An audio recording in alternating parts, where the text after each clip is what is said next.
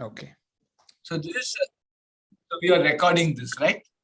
Yes, correct. And then later we are going to broadcast it or something. No, it will also be broadcasted on live channels. Later. And it will be broken down into. No. My question is, it's not live now, right? No, there are a few live participants now as well, and we will keep using this even in the future. Yeah. Okay. Very nice. Yeah. Great. So of course, a very, very warm welcome. Dr. V. Kamakoti, the director for IIT Madras. Thank you for joining us on this conversation that we are having on India at 100. How do we move from where we are today as we're celebrating Amrit Mahotsav, India at 75, to the new India at 100? And what's the role that technology and innovation particularly will play as we shape that new India? We've been having this conversation with several thought leaders and leaders who we believe, have a vision for what India can achieve, those who have really contributed in shaping the India that we are benefiting from today. But I think our next generation, Dr. Kamakoti, looking at you and people like you to see what future we leave behind for them. So I think it's an important conversation for us to have. How do we collectively shape the future of what India can potentially be? How do we bring multiple stakeholders, academia, industry, government, civil society to, really prioritize the same agendas, look at a meaningful manner in which we can all contribute and really address the challenges, but also celebrate the achievements and identify the opportunities, particularly, as we move forward. So first and foremost, thank you very much for doing this. You have had a very rich experience, and, for the audience, I must say that we are really privileged to have someone like you. Of course, not only do you represent one of the premier institutions in the country as its director that you have taken over from Jan 2022, but your affiliation to IIT Madras, having done your MS and PhD from there, I can imagine is very deep, and we are all aware of the tremendous amount of progress that a large part of the sponsored research, etc., is making, particularly coming out from IIT Madras. Your participation as a member of the National Security Advisory Board, and of course many awards that you have won, are all very meaningful contributions to the country, especially the Abdul Kalam Technology Innovation National Fellowship, as well as the ACCS Lifetime Achievement Award, the IBM Faculty Award, and I can go on. There's no end to it, but again, thank you for agreeing to this, and really look forward to making this a free-flowing conversation and capturing your thoughts and as views as we move forward. But the institution you represent, Dr. Kamakoti, really comes from the place where we believe innovation starts as a country. You're able to create minds that are today not only shaping companies in India but around the world, and actually in positions of global leadership today when it comes to technology. So what is your assessment of say the innovation landscape in India as you view it today, sitting where you are? Well, the innovation landscape in India is actually sort of caught up very big. India as a country, as you know, our culture, we are basically people who share knowledge. I always quote Uddhava Gita, right, where Krishna was about to leave, and Uddhava, one of the senior disciples of Krishna, asked, "Hey Krishna, you are planning to leave. Tell me the last advice," right? Then Krishna asked the question. He said, "Ka dakshina," right? What should I give as an offering to the world? Krishna responded, "Jnanopadesha." Just give knowledge, right? So this is something that I repeatedly quote in all my things, and I also personally believe. India has been a sort of a country which has been very freely sharing knowledge, and we are now sort of understanding as an institute, if I could talk about IIT Madras as a representative of India's innovation landscape, we are now understanding the importance of patents in a very big way. The aggressive way we are trying to, protect ideas. I think that's now becoming very important, because a lot of things are being in manuscripts, and many manuscripts are that I could see. My father is a Sanskrit professor. I could see some Sanskrit manuscripts in some foreign library, and we spend foreign currency to get them Xerox to come bring it back here. So we have been sharing knowledge, we have been giving away knowledge. So the innovation landscape has been quite good in the country, but now we are protecting those knowledge. So what has happened let us talk about technology. What has happened in the last few years is the patenting mechanism has become very simplified. Number one, government has reduced the cost of filing a patent to something very insignificant, right? Around 1,000 rupees, 1,500. And then there is also a way by which you can expedite the grant of a patent by paying a very meager sum, right? So all this have become easy.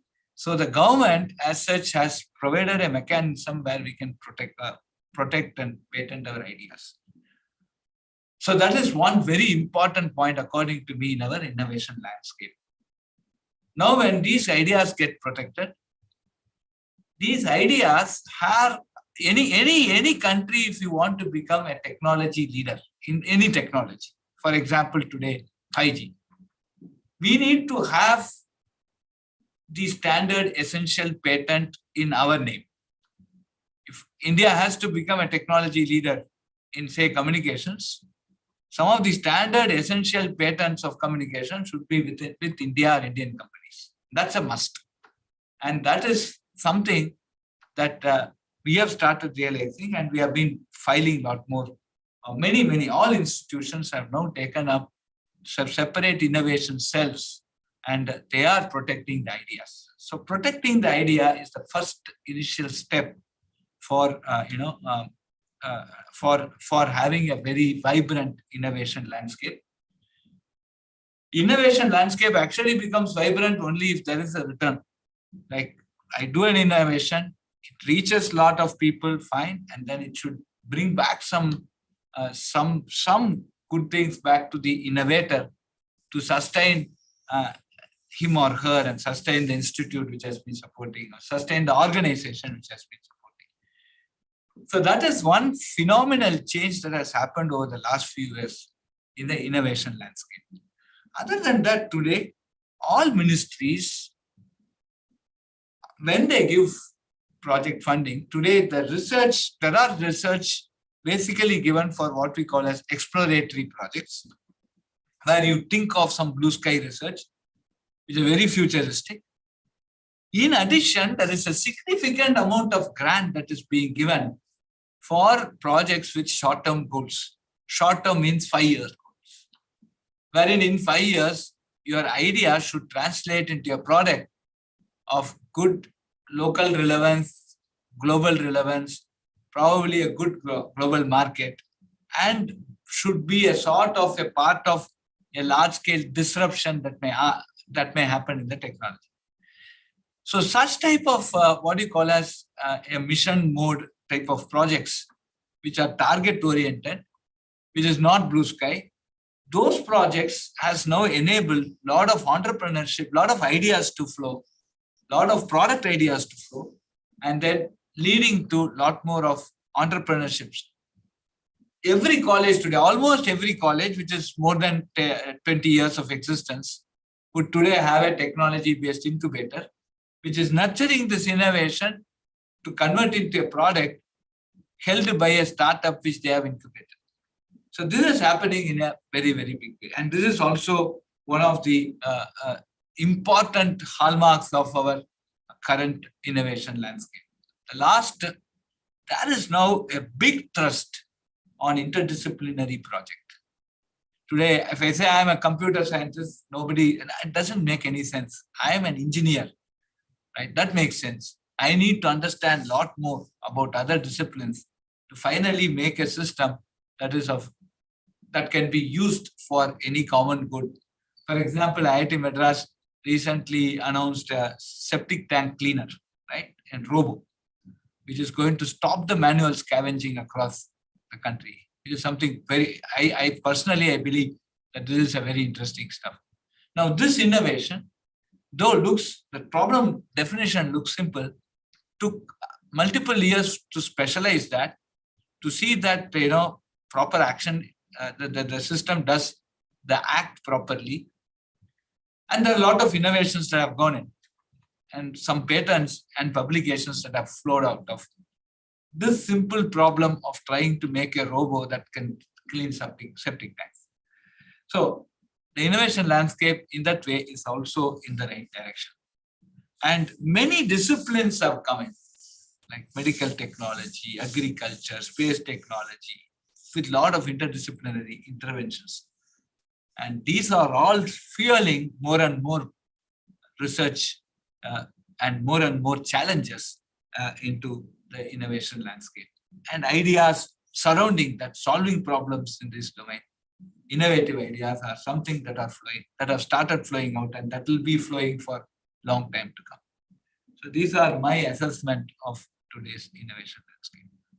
No, I think very, very, very interesting. And, particularly when you talk of solving the problem through, interdisciplinary skills, and then bringing the right set of, I think, knowledge and skill, carriers together to really align with passion to solve that same problem. I think, that's also so important, right? Because that's what really, builds. And I think you've been really able to do that effectively. So, really, my point is like, what kind of that environment is it that nurtures this kind of innovation, right? So what is it that you're doing differently than many other institutions probably are not, able to see? And really, are there any policy interventions, that you think one could look at that can help accelerate or, build this environment at scale, right? India, we are all very good at, seeing, small, islands of success. But for India to really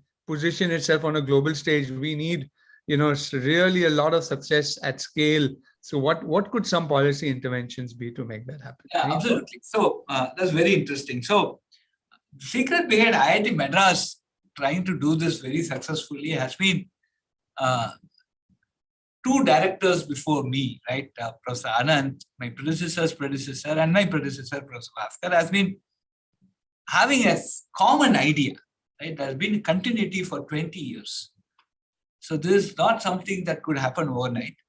And that continuity, which I am also trying to carry on after the two illustrious predecessors, is, I think, holding the key. The point is, today, we have a definite process by which a product gets converted to an idea. Right? Any kid today, they have some idea. It can be the part of a project report. It can be part of something that they were walking on the road, they get an idea. Now we have an Atmanirbhar India-made AI tool, a novelty checker made by a company, Excelbat in Chandigarh. We have put multiple licenses. It's a very wonderful tool. So they come and type the keywords of their idea.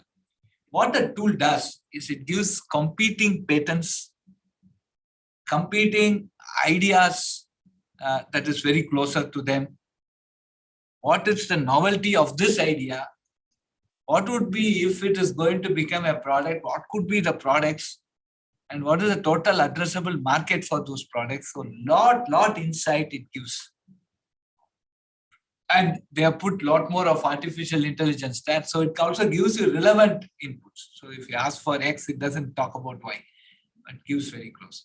And this is very crucial. Once the people go through this process, then they feel, okay, they have a good idea. We have a setup called Nirman, where this particular idea can be converted to a design document. Then we have a Center for Innovation. It's also both Nirman and the Center for Innovation. These are funded by our alumnus. This Center for Innovation will basically,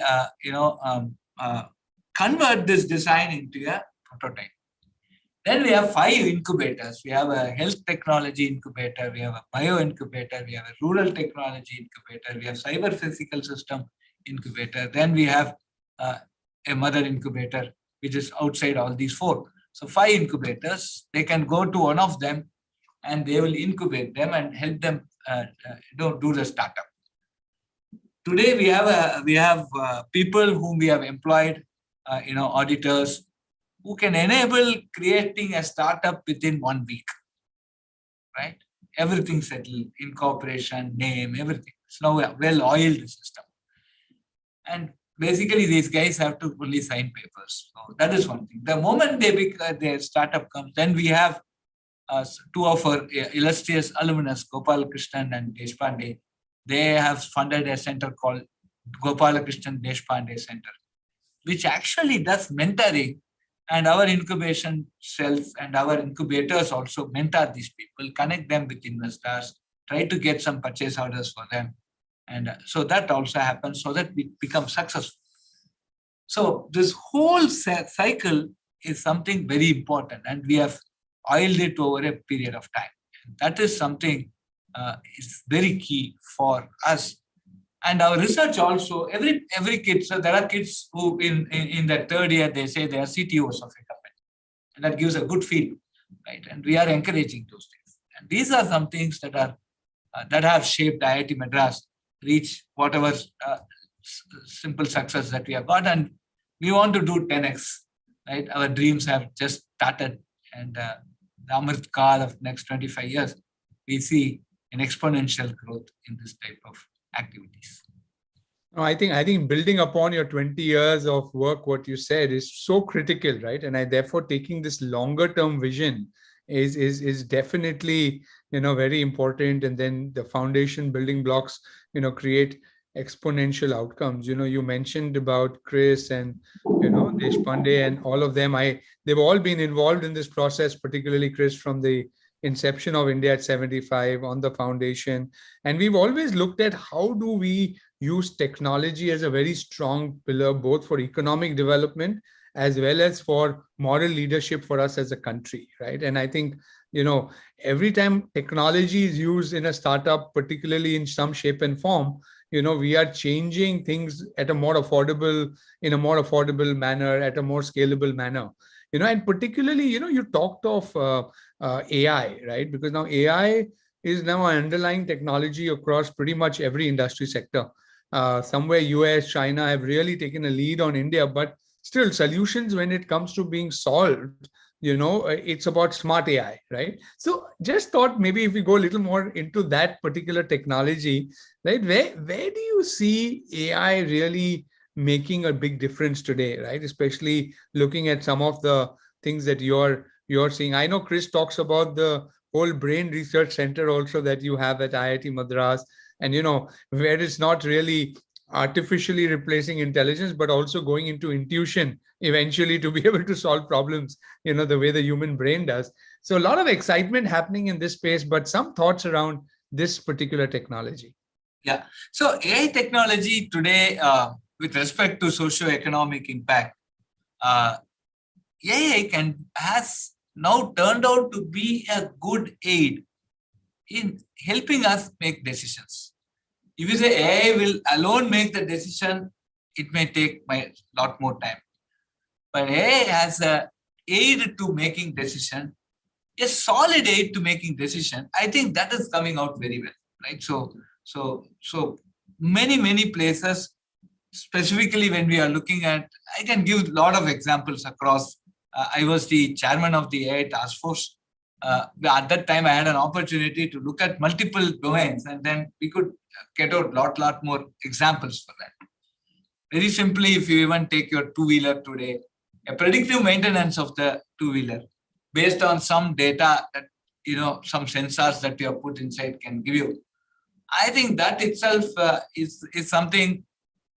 So I say that could be a problem here, and then you go and look out and solve the problem rather than the AI solving the problem for it. But it's a decision aid. One example. Second example is that we can have a very robust tool. I don't know. This is something that the finance industry should start looking at. specifically the banking industry, credit appraisal is becoming extremely important. So I see every balance sheet looks beautiful, right? So how do I interpret that, and what is the real thing? So should I give a loan or not? Ultimately, I need to make a decision. So pointers towards give, don't give. These are some decisions. These are some things that the AI tool can basically give you in a very good way. Similarly, on the medical technology, so very good, very good insights into a disease can come out of AI, right? So these are some three important things that I can quote, say, 100 such examples.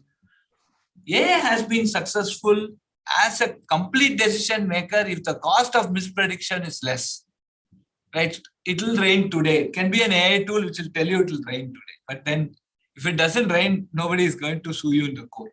The same thing cannot happen in the case of the medical stuff. So majority of the serious things for which we want to use AI need to be a sort of a human plus machine as of today until we perfect that system.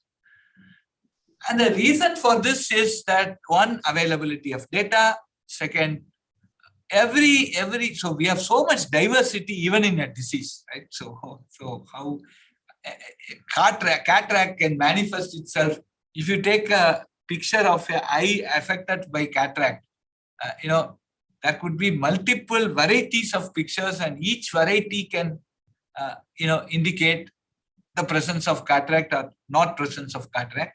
But then it requires a human eye to examine it, right? So we can go and keep training, and then we can use this AI as a decision aid. That is something that is coming up. The moment we start using AI as a decision aid, there are many techniques. That can be some neural network based one, or it can be reinforcement learning one. So many things are like deep learning, whatever. But one of the things that is going to come up is, many times when you make a decision, you would also like to know why the tool is suggesting. Like your friend is saying, hey, do like, you don't blindly sign up. Hey, why are you telling? No, you ask. So this basically leads to a new concept of what we call as responsible AI or explainable AI. Right? Explainable AI is a much more apt term for this. So I need to say why I am basically making a decision. Can I get some explanation for that? And that's also very, very important. So based on this, certainly, for example, the tool I'm using for checking novelty, right? I see the result immediately. This says there are some competing ideas, and I see really competing ideas, right? But the tool doesn't say, this is a useless one. It gives you, these are the competing ideas. This gives you, this is the total novelty that the human has to interpret this result and make a decision. It's like your blood test, right? Blood test fellow doesn't say the disease. He says, please show it to your clinician and get it interpreted. Okay. So he is not going to make the decision on your behalf, on anybody's behalf. So that's where AI is also there. So I think these are the real parts. So AI, we have a lot of data, a lot of good data, a lot of clean data also, because these come out of certain electronic systems which are well formatted, well characterized systems. Now we need to use these data in different disciplines, across disciplines. We need to use this data to make out sense. And while making out sense, it more or less AI will be aid to decision making. And also we need to work very seriously on explainable AI or responsible AI, which basically tells you why such type of a decision it is conveying. So these are my overall views on AI. Yeah, no, I think it's a very important, technology, right? What do you say? Assisted AI to augmented AI to autonomous AI to responsible AI. I think all terms have tremendous meaning, depth, and I think ultimately it's also going to come to ethics in AI. When man and machine are working as a team and machine is ordering man, what happens, right? How do we deal with that where we can question? And I think the role of governments and policymakers over the longer term, I think will be very important when it comes to how AI gets treated, particularly in many contexts. But definitely, a very exciting time, and thank you for sharing some of those thoughts. And I think industry is also adopting AI and many of these new technologies. So, when we talk of future, right, it's about excitement. It's about really something, expanding the imagination. So if we're really thinking of India at 100, I mean, Professor, if I put you there, right, you're putting yourself in the India at 100, and we are imagining this India at 100. How do you see industry, right? Because CII, industry bodies have taken a role to to convene multiple stakeholders. So, but coming from academia, what do you particularly see the role of industry in shaping the new India of 2047? Yeah, industry. So we call it Industry 4, right? So the name industry is already there. Correct. Industry 1, 2, 3, now 4. So industry will play the role in shaping up the economy at that point of time. So industry should start responding to it. For example, I have a lot of cribs that some of the majors who could have afforded a fab in India long back did not invest in. Right? And now when there is such a global chip shortage, even I can't even get chips for making my cell phone chargers, right? It is still done using 180 nanometers, right? And there's nothing that. So, to an extent, I also believe that government is like, I often mention this example in all my talks, right?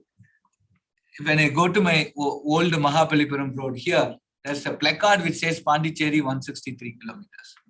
It's only a placard. Then government has laid a good road.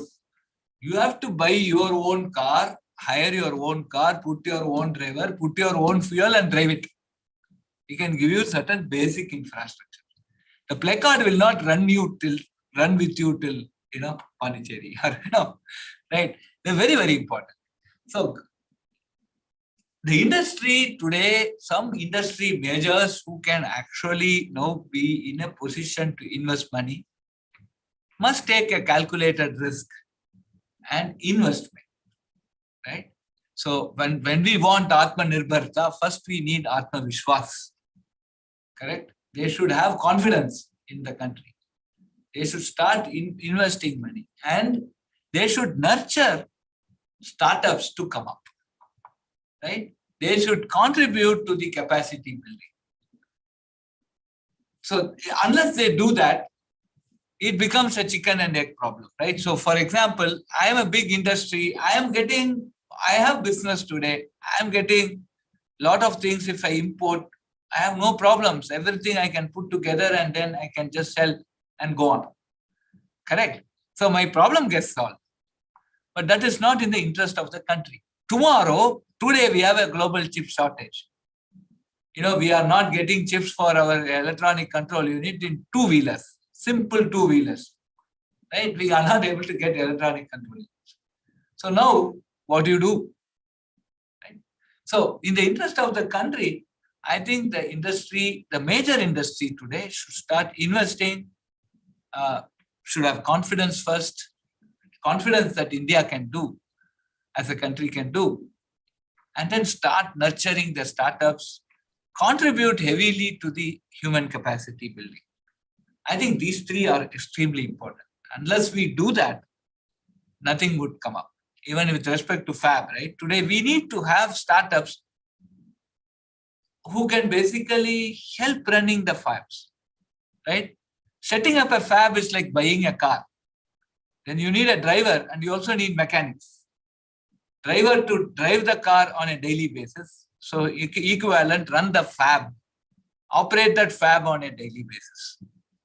Mechanic, when there is a problem with the car, the mechanic should come and change, attend to it. Similarly, when suddenly yield dips in a fab, there should be people who can go address that and quickly bring up. Say 1 month, if the yield is 50%, let's assume the fab has to close. We are also seeing very good stories about fabs. We don't know how many fabs have closed internationally. If you actually take the survey, it will not be so encouraging, right? That's also very important. So all this we need to prepare. We can't make mistakes now, right? So as a country, we cannot make any mistake. So we need to work very hard to get many startup, many industry to basically be in a position to support these type of activities.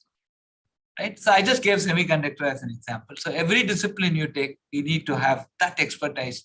One which can operationalize, another which can solve problem, troubleshoot. In any industry, we need to take. I think the role of the industry is to develop that type of an ecosystem in the country. When I started the Shakti program, we did not just talk about making a processor. We talked about making a design as complex as a processor, doing the verification, making system on chips, which will be, an application based on this compute CPU. We talked of, the physical design. We talked of a fabrication. We did a couple of chips at the Chandigarh Mohali facility, though it is 180 nanometers. Still, we made chips that worked, right? And that could work at 100 megahertz, right? Which is enough for many of our IoT applications today. So that also happened. And then we also looked at making PCBs, motherboards, and software support for it, porting of operating system. The entire ecosystem we built towards making a processor-oriented or a CPU-oriented design, right? And that is very important. So every industry must start building such an ecosystem. Today, when we talk to some industries, say, we need to build an ecosystem, say, for packaging. They say, we'll get machineries from abroad, and there'll be a training program which can train these employees. You can train the employee on that particular machine. But then tomorrow you have to change the machine, you're gone. Again, you have to. So the basic, broader depth, holistic understanding of any process that you are talking, that need to be instilled. So the industry has a crucial role. So this summing up the long story that I had told here, industry should, with an aim to achieve Atmanirbharta, should have Atma Vishwas on the country and start investing, not only to build its own core capabilities, but also to nurture startups and the education system to build an ecosystem rather than just to solve that problems. No, I think a very, very powerful statement here, because, I think industry needs to make this investment, right? I think the confidence that the industry will have to make in investing ahead of the times, right? And I think that's what we missed out, say, with the chip manufacturing and many other things. But it will also depend on the partnership between academia and industry, right? Because I think institutions such as yours are great examples of which give confidence to industry of the kind of talent pool, building capacity at scale, also the entrepreneurship opportunities that come out, from students such as yours, because eventually, tech creators are going to become the entrepreneurs, So academia, industry working together, creating more entrepreneurship is absolutely critical, in some of these areas. So is that happening? What can we do to accelerate it? Any thoughts? Again, my statement, so please have confidence on the country, confidence on our youth, confidence on the academia. We will deliver. For example, we have a 5G test bed, right? We have done fully, except for the chips that we are imported, everything else is done by us. Yeah. We have the complete stack. We have opened up. The major industry may come, may benefit, may work with us, customize it, take it forward. We are doing a campus trial already. As I see from my window here, I could see the tower here. Right? So the 5G. So IIT Madras will be a 5G enabled campus, but not just a 5G enabled. It is our own multi-institutional 5G complete Atmanirbhar done by India. That 5G enabled campus. So that gives us very big pride. But then other people should also take this, at least within their organization, should start taking this and encouraging that. Or if not just this, now I'm not trying to market IIT, but take any technology like that is coming up must be experimented with an open mind, and that is very important. That is very, very important for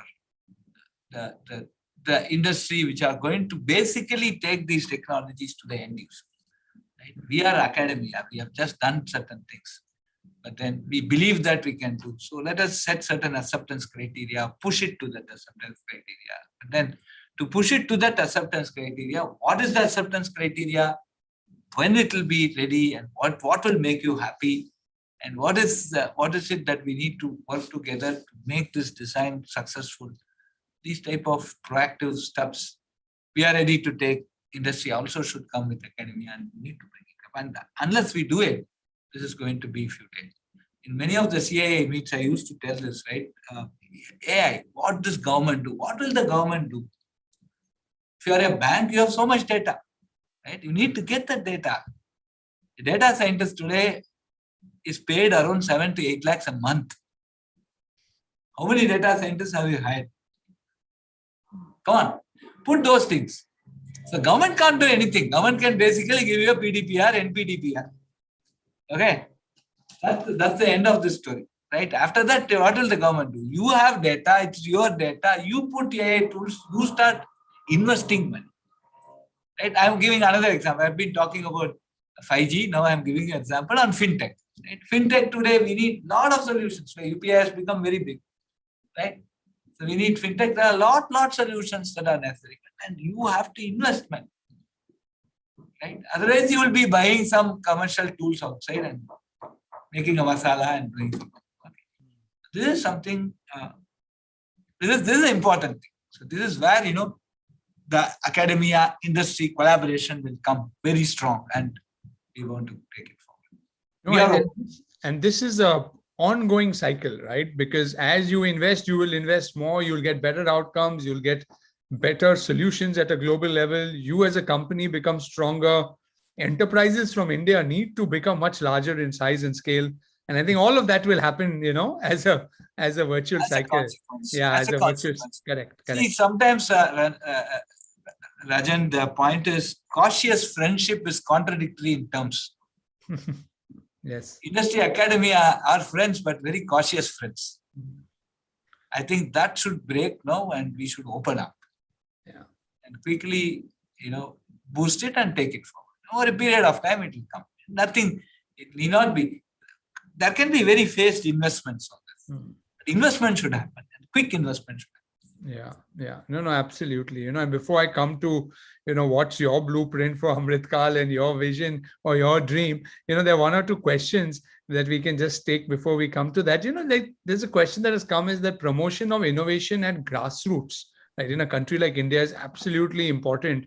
But an academic institution like yours and others, how do they really go and collaborate at a grassroots level or industry? Is there any scheme? Is there any way? I think somebody is trying to understand, because that's where I think India will unlock a lot at scale, right? So how are you addressing that?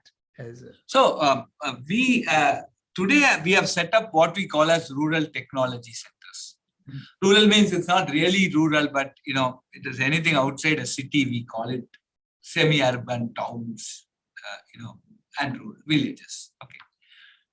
We have set up 5 of them now. Now we want to grow up to 25 of them, where we are going to put these designs there, and there any social problems. See, an institute today can, any industry institute can today grow well if we are locally relevant and globally recognized. Right? The local relevance comes when we address the problem of our kid tomorrow, next 10 for 100 kilometers down. What is the problem? We need to solve that. That's very, very important. So we have set up these rural technology centers, and we believe that over a period of next 4 or 5 years, last 4 months after I took over, we have now made around 4 or 5 centers, and then we want to make it to 25 centers. Experiment first. We'll put some 3D printers, Arduino kits, some robotic kits. We'll put some computers, some coding skills. We'll put some person to basically run that show. We'll put certain health diagnosis kits there, medical approved kits, so that many things can start happening. We are also trying to put certain augmented reality, virtual reality type of things, so people can do welding, people can do train themselves on welding, car painting, etc. So many things we can put basically enhancing the creativity. So in this direction, when we started this, we got certain encouraging results, specifically when agriculture process today. There are a lot of agriculture process which are unique for India. We have not patented those things. My dream again is to get at least 10 or 15 farmers to come and patent those areas. So this is really grassroots, right? So where we are looking at, we have now started an organization within IIT called CREATE, Center for Rural Education, Appropriate Technologies and Entrepreneurship. CREATE, the acronym CREATE. Right, so that will be working very closely to see how we nurture innovation at the grassroots level. In addition, at the age of fifth standard, so not at age, that's fifth standard school, we have started trying to build up something called, trying to build creativity in the mind. So we have introduced a course called Out of the Box Thinking, right? So from class 5, there are 4 level courses. Already our last date for enrollment is June 24th, and already we have 80,000 applications so far, and we are reaching that. But we want to reach 2 million kids there, right? So this gives a different way. So the world looked like this. This is the solution, but this can be another way of solving it, much simpler, but with more common sense, right? So I always tell the parents who call me, right? So you want the kid to be different in the world. No, you want them to be. But you teach the same mathematics, same physics. How can you expect them to be different? So there should be a way by which the kid is told, hey, think differently. So that is something that we are trying to nurture. So there are also 2 attempts I can say from IIT Madras, which in the last few months we have done, which is going to be extremely useful for, addressing this, creativity at a grassroots level. No, I think this whole concept of out of the box thinking, and encouraging people to do that is what has really shaped the world the way it is. And today, the way the number of technologies are coming, Professor, like I often say, I said, we have to, think without a box, forget out of the box, because there is so much disruption happening, right? That even that box may not be relevant, when you're looking at it in some shape and form, but our time has run fast, and I'm coming to the last 2 kind of questions. Otherwise we can keep going on, because very, very interesting conversation. But if you are putting down this blueprint for Amrit Kal, right, next 25 years, what are the 3 things you would include, right? To build a culture of innovation, and of course, technological leadership for a country like India. The 3 ingredients for you that are must for us to do as we move on this journey. Yeah. It is just a sum up of what I have talked so far. First thing is that identify and nurture talent. So that's very, very important. Identify and nurture talent.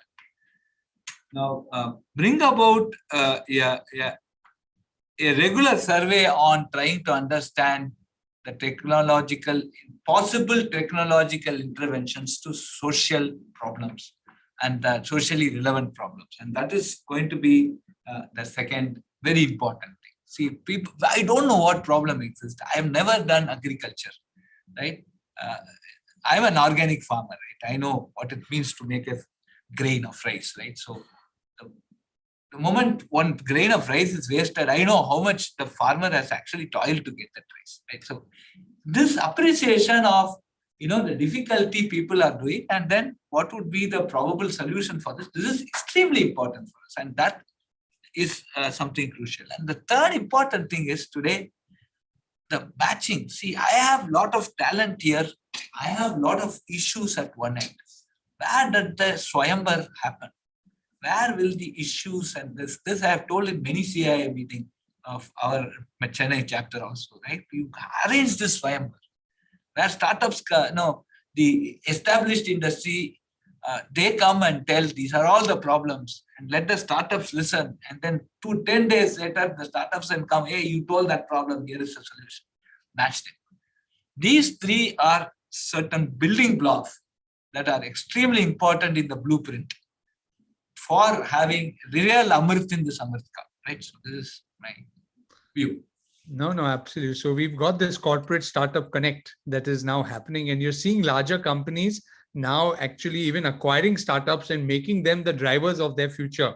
So I think it's happening, but rightly said, it has to happen at scale. But great points on all the three: talents, problems, and then making this match.